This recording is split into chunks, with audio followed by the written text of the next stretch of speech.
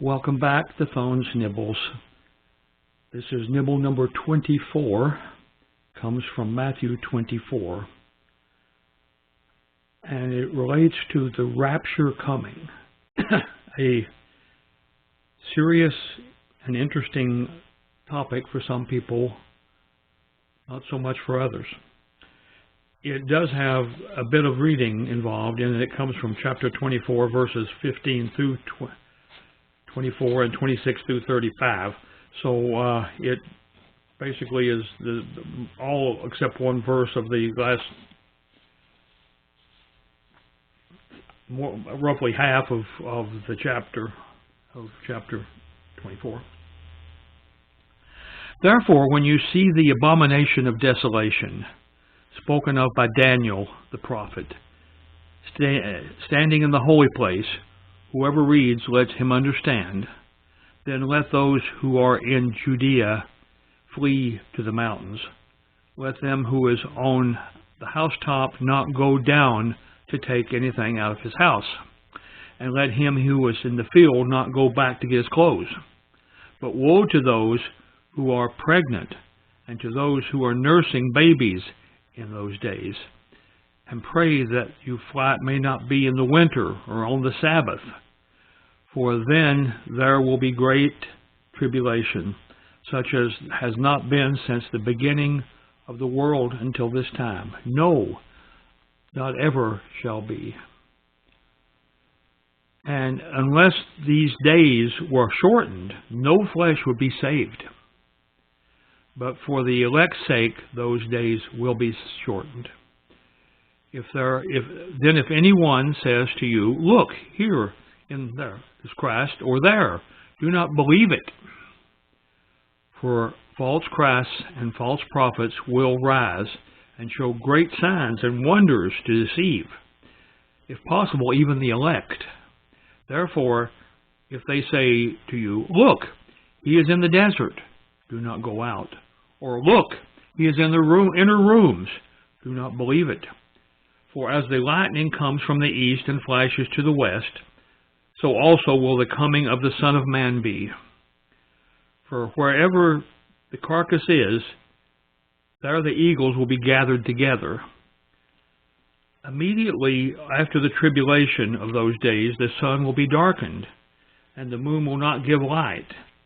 The stars will fall from heaven, and the powers of the heavens will be shaken. Then the sign of the Son of Man will appear in heaven, and then all the tribes of the earth will mourn, and they will see the Son of Man coming on the clouds of heaven with power and great glory. And he will send his angels with a great sound of a trumpet, and they will gather together his elect from the four winds, from one end of the heavens to the other. Now learn this parable from the fig tree. When its branch has already become tender and puts forth leaves, you know that summer is near. So you all also, when you see all these things, know that it is near, at the doors. Assuredly, I say to you, this generation will by no means pass away till all these things take place. Heaven and earth will pass away, but my words will by no means pass away. Wow. Obviously, this is one of those end-time prophetic, or I don't know, since Jesus is saying it, it almost isn't prophetic. It's like he's seeing the future, the actual event, not just a vision like a prophet would. Anyway, when is the time near that we might leave the earth for heaven? That's the question that this is answering. The explanation. Why is this in the Bible? To explain how we should know when the rapture is near. Now, it doesn't tell us any formula here because we know that that isn't going to happen because no one but the Father knows the time. Why is it in the Bible? To explain how we should know when the rapture is near. Interesting.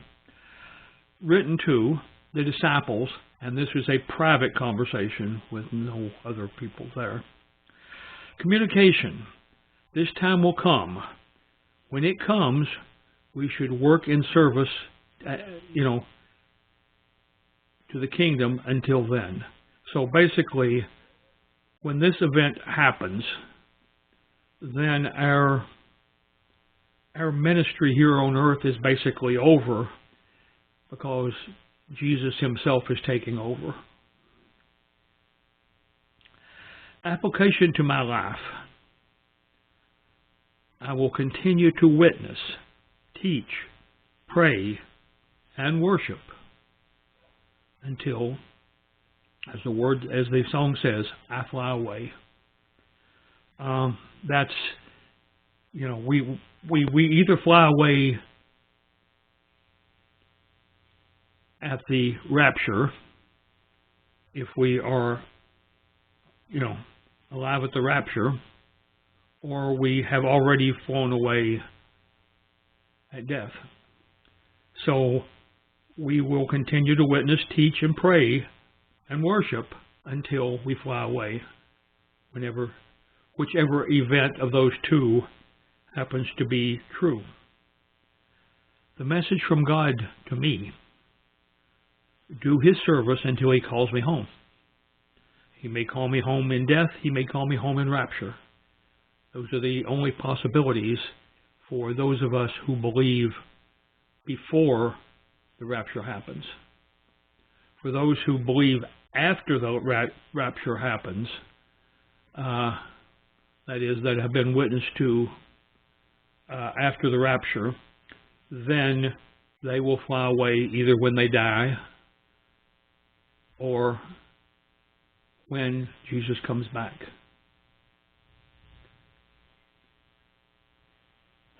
My personal response to all of this: